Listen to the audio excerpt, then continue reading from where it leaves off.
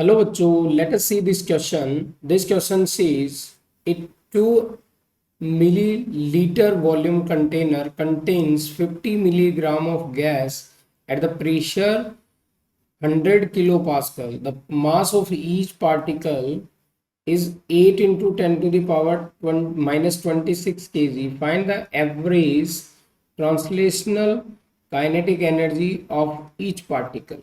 Let us see. First we discuss about the key concept. So first we discuss about की concept में अपने से क्या की कंसेप्ट की बात करते हैं. लेट अस सी की कंसेप्ट. यहाँ पर अपने से क्या बोला गया है? एवरेज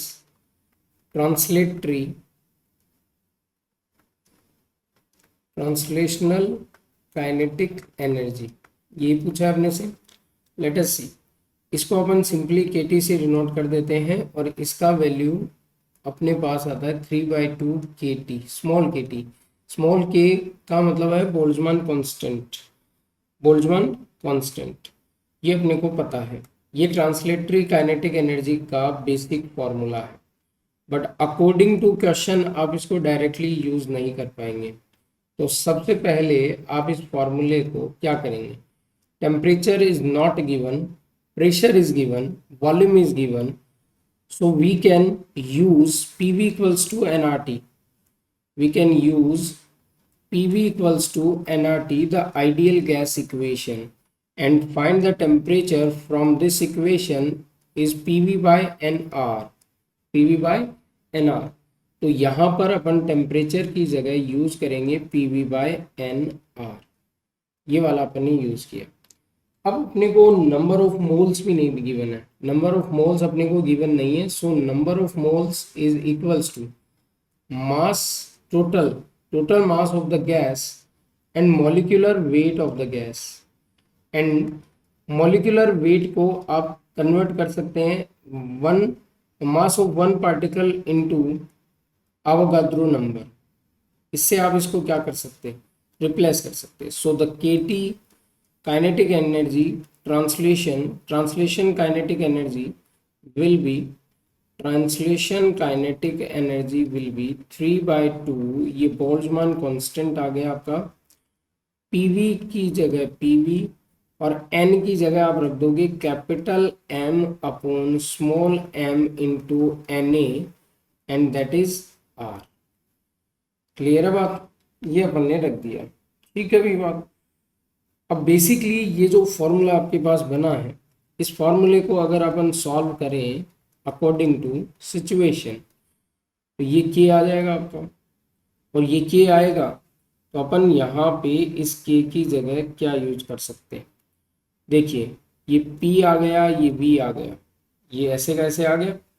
M ऊपर, Na भी ऊपर, एंड अपोन में आपके पास क्या है? ये 2 था ही, और ये आ गया M इंटू कैपिटल R. ये वाली वैल्यूज आ गई. अब आप ये सारी वैल्यूज इसमें पुट करेंगे. ये सारी वैल्यूज आप कहाँ पुट करेंगे? इस इक्वेशन में पुट करेंगे तो आपके पास आंसर जरूर आ जाएगा. Let us start. अब अपन क्वेश्चन में आते हैं.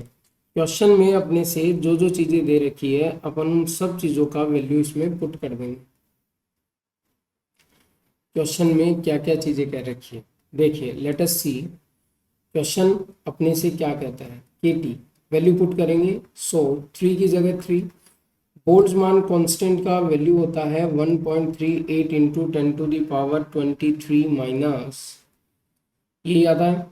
एंड अब अपने को यहाँ पर P का वैल्यू दे रखा है, दैट इज 100 किलो पास्कल. ये लो जी 100 kilo pascal. Again small m का वैल्यू भी आपको गिवन है, एंड वॉल्यूम भी गिवन है. यहाँ पे स्पेस थोड़ा सा कम है, इसलिए अपन थोड़ा सा इसको नीचे से स्टार्ट करते हैं. Let us see kinetic energy of translation, that is अपन ने k का वैल्यू रखा. k का value 3 into 1.38 into 10 to the power minus 23 and pressure is 100 into 10 to the power 6 and volume given है 2 into 10 to the power 3. Litre is converted into metre, litre को आपने metre में convert किया और यहाँ पे मिलीलीटर दे रखा है आपको, सिंपली मिलीलीटर दे रखा है तो 10 टू द पावर -6 आएगा. अगेन यहाँ पे एक पार्टिकल का मास आपको दे रखा है 8 into 10 to the power -26. m का वैल्यू आ गया. अब na का वैल्यू आपको पता है 6.02 इंटू 10 टू द पावर 23, यही आता है. यस.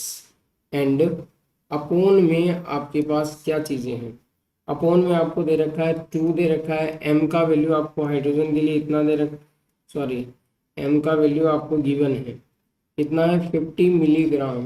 सो कन्वर्टेड इनटू ये लो आ गया.